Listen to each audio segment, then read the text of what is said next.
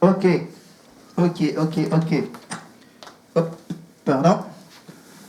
Voilà, ma toute nouvelle vidéo que je la fais. Je peux pas la faire trop loin parce que j'ai branché pour pas que l'enceinte tombe en panne. Voilà, je l'ai branché sur l'ordi. J'ai besoin de l'ordi pour vous parler donc de salle de spectacle avec, regardez bien, le t-shirt du théâtre de rue d'Aurillac. Voilà. J'ai ma petite sono à moi pour parler de salle de spectacle, évidemment. Oui. Attends, je mets un peu plus fort. Alors. Voilà. Là, on m'entend un petit peu mieux. Oui, bon, j'ai le micro avec fil, donc désolé. J'ai pas, enfin, oui, j'ai le micro sans fil, avec une petite enceinte incorporée, mais je préférais prendre le bon gros, la bonne grosse enceinte qui fait la lumière. Multicolore. Alors, salle de spectacle. On va parler d'abord celui d'Aurillac. Aurillac, le prisme. Alors, l'histoire du prisme. Ça a ouvert ses portes en 2007. Voilà. Depuis 2007, on a une salle de spectacle. À la base, on n'avait que le théâtre comme salle de spectacle. Voilà. Tout au long de l'année, le prisme. Je fais un essai avec le micro pour parler du prisme. Après, on va redevenir sérieux pour parler du Zénith d'Auvergne. Alors, tout au long de l'année, donc, le prisme accueille des concerts, spectacles et manifestations. Des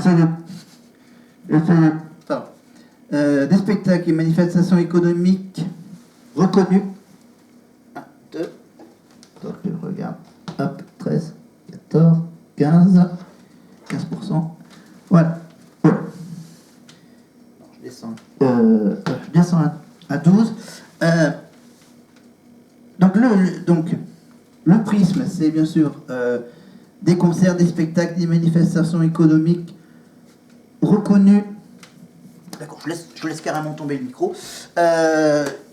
Reconnue pour sa qualité scénique et acoustique, la salle aurillacoise a fait ses preuves. Propriété de la communauté. Propriété de la CABA, voilà, communauté d'agglomération du bassin d'Aurillac, ok. Voilà. Donc on va faire un petit comparatif. On va mettre en vert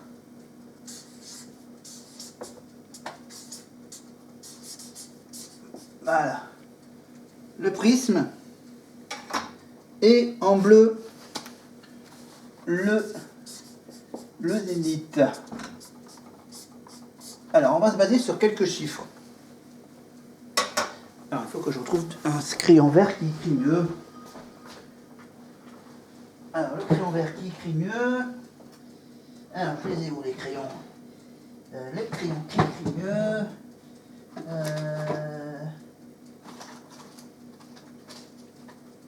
Ouais mais celui-là c'est pas. On le fera au stabilo. Est-ce que ça marche le stabilo vert? Est-ce que ça marche? Ouais, kiff bourricot. Et est-ce que j'ai le vert qui marche? Laisse tomber. Oh, c'est pas grave, on changera de couleur au milieu. Hein, on mettra éventuellement du rouge. Hein. Le Zénith. Donc le Zénith, ça sera bleu. Et en partie noir aussi. Ok? On va faire un mix. Alors, on revient, on va rester sur le vert tant qu'il marche encore. Sur le prisme. Alors, le prisme, qu'est-ce que j'ai comme chiffre? Alors, propriété de la communauté d'agglomération, le prisme, salle à vocation économique et culturelle de 4000,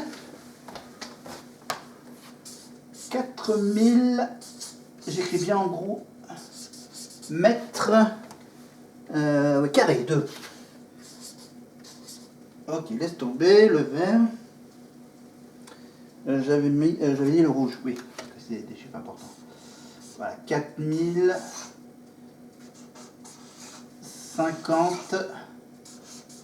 3 mètres carrés. Voilà, 4050 mètres carrés. 4050 mètres carrés.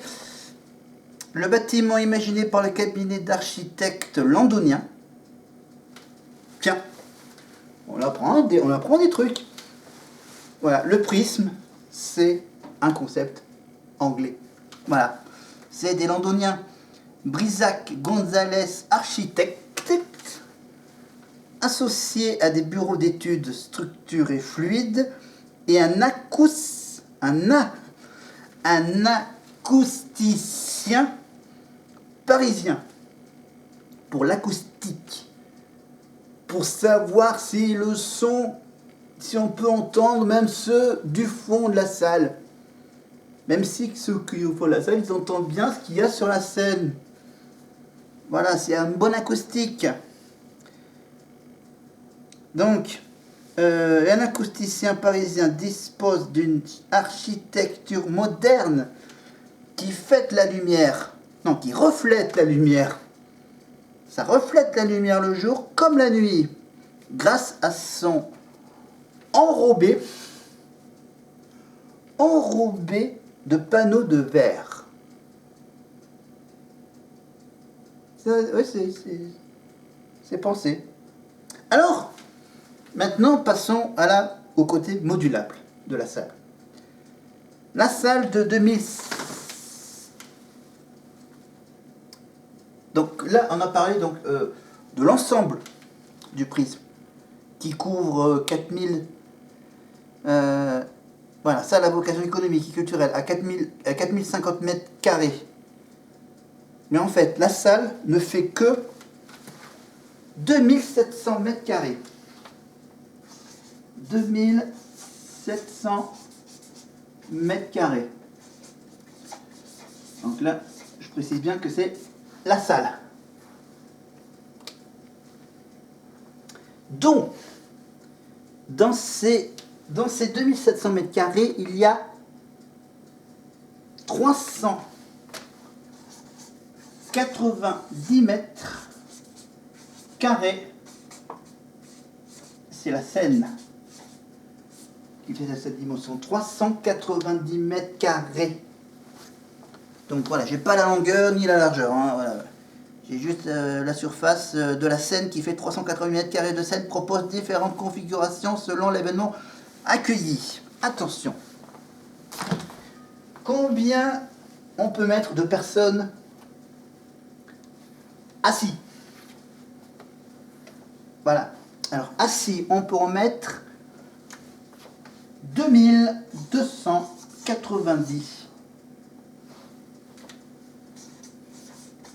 290 places. A2S. A2SIS. Voilà. Assis. 2290 places assis. Toute la salle assis. Voilà. Les petits concerts intimistes, voilà, où il ne faut pas trop bouger. Mais par contre, combien de personnes on peut en mettre debout? Mais là, bien sûr, c'est beaucoup plus. C'est beaucoup plus, même presque 2 fois plus. Parce que là, j'ai le chiffre qui correspond à 4300 places debout, on va dire. Mais bon, je vais pas avoir beaucoup de place du côté du Zénith, à savoir si j'aurai les mêmes chiffres. Alors, les mêmes infos. Donc là, c'est tout assis, 2290, alors 2300, on a arrondi, et les 4300, tout le monde debout. Mais si jamais on veut un petit mélange des deux, debout et assis, ça veut dire, bien sûr, devant la scène, tout le monde debout, et les gradins assis. Ça fait, on est entre 2190 et 4300. Ça veut dire qu'on peut en mettre à peu près 3717. 3717 places, on va dire les places mixtes. Voilà, debout et mixte, ça veut dire moitié debout, moitié assis, on va dire. Voilà. Comment dire, couper la poire en deux. Attends, je vais vous couper la poire en deux. Voilà, donc ça correspond 3717 hop, divisé par 2. Ça fait 1800 personnes assises, 1800 personnes debout. Voilà, en sachant qu'il y a 2690 personnes places assises. Mais c'est pas, j'ai pas le chiffre exact de places qu'on a sur les gradins. Parce que toutes les places assises, bien sûr, ça comprend bien sûr ceux qui sont sur les gradins et sur le sol devant la scène. Donc c'est des chiffres intéressants. La scène et les gradins sont entièrement démontables pour permettre différents agencements. Ça veut dire qu'il peut y avoir des petites tribunes ou même des grandes tribunes. Devant le succès et le développement de l'activité du prisme, l'agglomération aurillacoise a réalisé en 2012 le Technoprisme. C'est un tout petit bâtiment qui se trouve à quelques petits mètres. Un local de stockage supplémentaire de 271 mètres carrés. Voilà. S'il n'y a pas de place dans la salle pour mettre tous les trucs techniques, ben là il y a une toute petite, il y a un tout petit bâtiment où ils peuvent stocker. Voilà. Hein? Je ne sais même pas. Complété par une mezzanine de 134 mètres carrés pour le matériel et les éléments de scène. Ok. Voilà, vous allez sur le site de la CABA, caba.fr/prisme/ barre oblique. Voilà. Reconnue pour sa qualité scénique et acoustique, la salle aurillacoise a depuis fait ses preuves auprès des professionnels et du public en proposant une programmation riche et variée orchestrée par Aurillac Développement, à qui la CABA a confié la gestion de l'équipement. L'objectif est de proposer entre 15 et 20 dates. Pas beaucoup, hein, pour une petite ville. 15 et 20 dates de concerts et spectacles par an, qui soient électriques, autant sur les types de spectacles que sur le public accueilli. Le spectacle pour enfants, ça marche. Les ballets de danse, également. Humour, les humoristes. Évidemment, Eric Antoine, par exemple, est venu, bien sûr. Voilà, j'ai vu Tal, j'ai vu Scheim, etc. Et ils peuvent aussi faire salle de spectacle pour une pièce de théâtre. Voilà. Parce que c'est une toute petite salle. Voilà, donc pour le théâtre, bien sûr, ça sera uniquement que des places assises. Hein, les 2290 places assises intégralement. Voilà. Sur la vingtaine de dates programmées, 4 à 5 par an sont produites en direct, c'est-à-dire achetées et organisées de A à Z par Aurillac Développement, de la logistique technique à l'accueil et à la production, à l'accueil de la production et des artistes. Pour les autres dates, il existe deux possibilités. Premier cas de figure, les spectacles sont organisés en coproduction. Le producteur et la salle de spectacle partagent à la fois les risques et les recettes. Dans les réservations des places, évidemment. Le producteur est content, bien sûr, quand la salle est pleine. Par exemple, le producteur de Patrick Bruel, à mon avis, là, il est content. Parce que du coup, pour le concert de Patrick Bruel dans quelques semaines, ben là, il peut dire, voilà, la salle sera pleine à Aurillac. Ce qui est également la même histoire, hein, pour le producteur de Claudio Capéo, évidemment, de dire, oh putain, à Aurillac, bah, la salle sera pleine. Voilà. Parce que, bien sûr, il n'y a aucune réservation de libre à Aurillac pour ces deux dates. Donc, je rappelle, Patrick Bruel et Claudio Capéo, complet. Voilà. Donc, il y a encore des places pour tous les autres spectacles. Alors les autres spectacles, il y a, je crois, Ayam. Il y a des spectacles, du coup. Alors du coup, la programmation, tchouk. Ah oui, du coup, la programmation, donc je vous la fais. Alors, hop. Est-ce que j'ai la programmation? Ah, pas ici. Je l'ai pas sur cette page. C'est pas grave, mais bon, vous allez sur le site d'Aurillac Développement. Voilà, vous tapez Aurillac Développement, le prisme, et vous orienterez vers les prochains spectacles, évidemment, pour connaître les dates, les tarifs et tutti quanti. Alors, voilà, donc le soutien technique et logistique, donc il ne dispose d'aucun pouvoir de décision en cas d'annulation, par exemple. Attends, où est-ce que j'en étais? J'en étais où déjà? Non, j'étais pas là.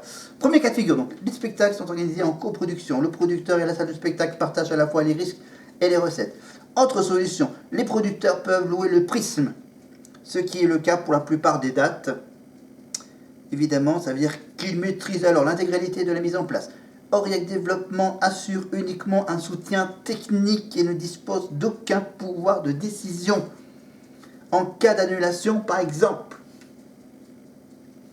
Évidemment, la mise en place de la commercialisation de la billetterie sont définies en lien étroit avec les productions qui bien souvent suivent leur schéma national, évidemment. Ce sont eux qui fixent la jauge, le nombre de personnes maximum. Ah, ça veut dire qu'on a. Allez, si jamais tu remplis, par exemple, sur les personnes debout, là, sur les 4300 places debout, objectif, c'est d'arriver à peu près à la moitié. Vous voyez, la moitié, 4300, ça fait. Voilà, 2150. 2150, c'est une moyenne. Hein? Voilà, donc voilà, si jamais tu remplis à moitié, moi il manque combien? Voilà, 3 quarts. Bah, si tu arrives aux 3 quarts, là je suis content. Voilà, donc la jauge, évidemment, c'est le nombre de personnes maximum que peut accueillir le spectacle. Financièrement, aussi. Voilà. Bien sûr, faut pas que le producteur sorte de l'argent de sa poche, évidemment, pour le reste. Donc évidemment, la production, bien sûr, fixe la jauge et le placement. Voilà. Ça veut dire, t'aimerais avoir quel type de spectacle? T'aimerais avoir du public où tout le monde est assis, avoir du public où ils sont tout le monde debout, ou un spectacle où t'as le premier plan debout et tout le reste assis derrière en tribune. Voilà. Tous debout, tous assis, ou bien sûr un mélange des deux. Évidemment, les producteurs fixent également les tarifs. Non? Les tarifs et les catégories des places sont également harmonisés au niveau national.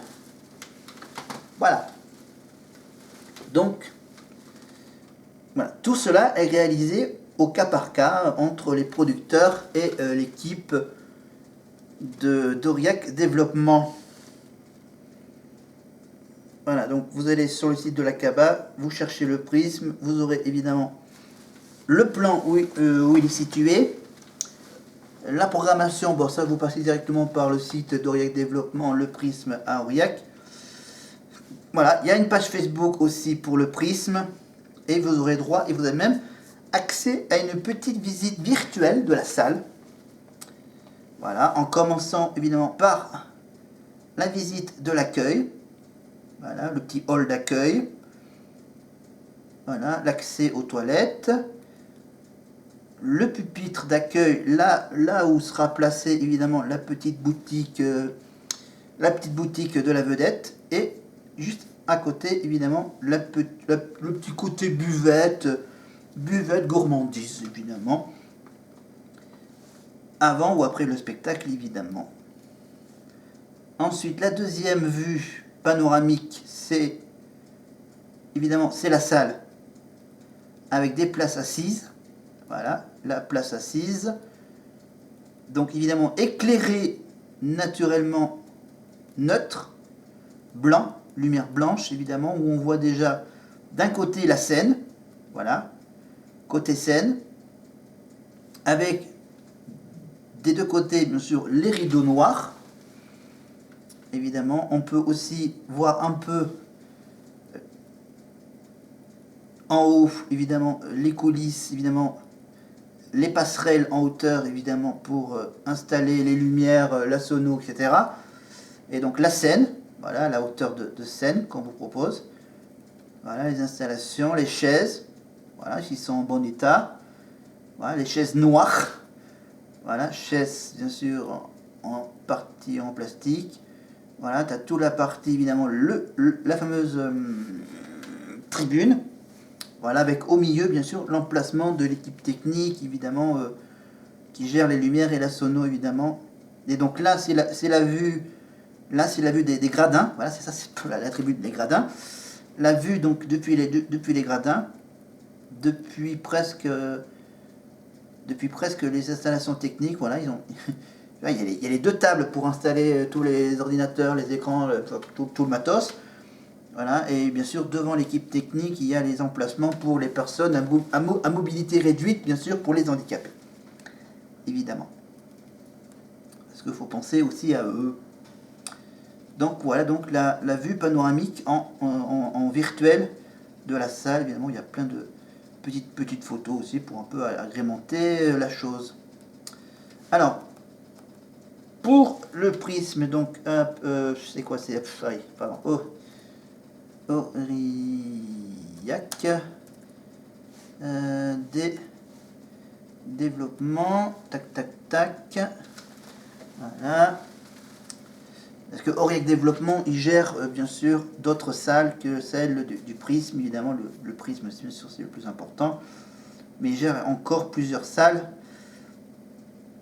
Dans Aurillac, bien sûr, l'espace des Carmes et le centre des congrès. Mais pour le prisme, on a donc des spectacles comme par exemple le 25 mars 2025, Pink Floyd, évidemment, Claudio Capéo, donc complet pour le 22 mars. Le 9 mars, évidemment, le retour sur scène de Renaud. Renaud le 9 mars à 20h. Michael Jones avec son groupe de l'héritage Goldman le 6 mars. Normalement, c'est pas complet. Boudère a annulé, évidemment. C'était le 26 janvier dernier, ça a été annulé. Un spectacle avec les chansons de Queen le 17 octobre 2024 au Prisme. Patrick Bruel au Prisme le 1er mars, c'est complet. Ensuite, on a le groupe IAM, évidemment la grande tournée d'IAM, le 19 avril au Prisme, à Aurillac. Ensuite, on a bien sûr chanteur, évidemment le célèbre Calogero, 25 avril au Prisme. Et David Hallyday le 4 avril 2025. Et oui, déjà dans un an. David Hallyday, bien sûr, la tournée événement Requiem pour un fou. Voilà. Donc voilà, ça fait une petite dizaine de dates. Voilà, quelques petits spectacles, évidemment. Voilà. Pour faire venir du monde à Aurillac, pour vous faire découvrir la ville d'Aurillac, évidemment. Maintenant, on va conclure rapidement par le Zénith. Labellisé par le ministère de la Culture, le Zénith d'Auvergne est le 3e Zénith de France par sa capacité d'accueil. 3e. Ah ouais, c'est pour ça qu'ils en mettent 2 dates à Clermont. Donc voilà, 2 dates à Clermont, en mars et en juin. Voilà. Parce qu'il faut faire plaisir à tout le monde. C'est en fait les atouts, les intérêts remarquables du Zénith, qui fait l'un des sites incontournables de Clermont-Ferrand, de Clermont Auvergne Events. Voilà, la société qui gère la salle du Zénith. Alors là, c'est carrément autre chose. À Aurillac, on a donc 2290 places, 4300 ou 3717. Là, je le mets en noir parce que c'est très important, c'est non sombre. c'est on se dépêche parce que j'ai pas envie que ça coupe en plein milieu. On a donc en mixte, debout et assis. Ouais, tant pis, on va faire ça comme ça. On va faire deux profils. Tant pis. Alors, c'est 9400 places mixtes. Pardon, hop, attends. La caméra, je me tourne sans faire tomber le tableau. Voilà. Alors, j'en étais où? J'en étais à 9400. Voilà, 9400 mixtes. Et assis.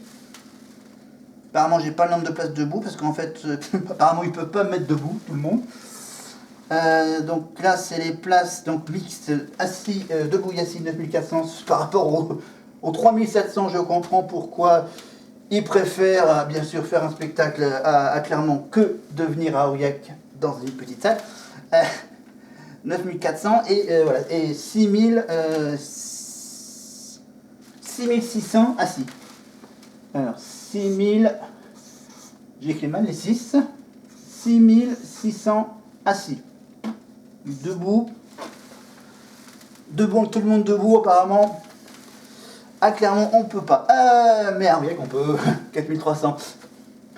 Voilà, 9400 par rapport à 3700, ça fait quand même une grosse différence, et même encore une grosse différence entre les 2290 assis à Aurillac par rapport aux 6600 à Clermont. Voilà. Un acteur incontournable du rassemblement, partie intégrante du parc des expositions, voilà, parce que c'est un élément de ce parc d'expositions de la Grande Auvergne. Le Zénith peut être utilisé indépendamment. Il a l'avantage de s'inscrire dans le paysage auvergnat grâce à sa ressemblance troublante avec une cheminée de volcan. C'est étudié. On dit qu'il est le 81e volcan d'Auvergne.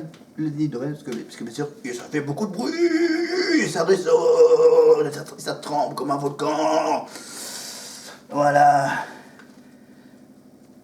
Les spectacles d'Auvergne, on a quoi? On a Michael Gregorio, les Pink Floyd, on a quoi? On a Nino, Mika, la Patte Patrouille. Oui, la Patte Patrouille. La Patte Patrouille, donc Queen, presque comme à... Ah non, c'est 500 voix pour Queen. Molière, l'opéra urbain, on a Grand Corps Malade à Clermont, on a Auchy à Clermont-Ferrand, on a, alors page suivante, dépêche-toi. Voilà, alors page suivante, on a quoi? On a Flashdance, on a les danseurs celtes, évidemment, Irish Celtic of Highland, Bernadette de Lourdes, évidemment, spectacle musical. Ah, Michel Sardou qui reporte ses dates de concert au Zénith, évidemment, pour une autre date. AC/DC, on a Hans Zimmer, on a l'héritage Goldman, donc avec Michael Jones. On a Holiday on Ice, évidemment. Là, ils peuvent le faire, à Aurillac, ils ne peuvent pas. Faire une patinoire. Bon, de toute façon, la patinoire, ici, dans le Cantal, c'est au Super Lyon. On a ensuite, voilà donc la Starac, évidemment, la Starac le 13 avril. Le 14 avril, le lendemain, t'as Patrick Fiori qui vient. Sympa, ils vont se croiser, c'est terrible. Patrick et la Starac, donc à Clermont, donc grosse bifurcation. Simple Minds, au mois d'avril. Comme Mesmer aussi, qui essaiera d'hypnotiser les Auvergnats, évidemment. Ensuite, on a le Lac des Cygnes, on a Patrick Bruel, on a Kinvey, on a les 10 Commandements, on a Starmania à Clermont, au lit de Clermont, on a aussi donc Slimane, on a Queen encore, on a les Star 80, on a Vita, on a les Dire Straits, on a SCH, le retour d'Hans Zimmer pour une deuxième date. C'est bien ça que des stars reviennent pour un deuxième tour Gims, Patrick Bruel encore. La comédie musicale de Michel Sardou, Je vais t'aimer. Une autre équipe de Goldman. Le Boléro des Ravel, le Casse-Noisette, Aldebert, Élodie Pou, Artus, Jérémy Ferriano de sa mère, Baptiste Le Caplin, Ahmed Silla. Vous trouverez bien sûr toutes les infos sur le site Clermont Auvergne Events / Zénith Auvergne. Et pour finir, les dernières dates, Bob Marley, David Hallyday, Julien Doré, Celtic Legend, Camilla Burana, Paul Mirabel, et on finit avec, bien sûr, le concert 100% Goldman, de Goldman, Info Degrees, Goldman et Jones. Donc, voilà pour 2026. Pour 2024, 2025, 2026. C'est sympa, évidemment. Et vous me dites, ça sera le sujet de la prochaine vidéo, pourquoi je vous parle de ces deux salles, du Prisme et du Zénith. Pourquoi je vous parle surtout de la Star Academy. Pourquoi je vous ai parlé un peu de volcanisme, de grottes, etc. Tout ça, dans la joie et dans la bonne humeur. Voilà, j'ai parlé uniquement que des places. Hein. J'ai pas l'info sur les dimensions, la surface de la salle de la scène au Zénith d'Auvergne, mais on va y revenir dans la prochaine vidéo, bien sûr.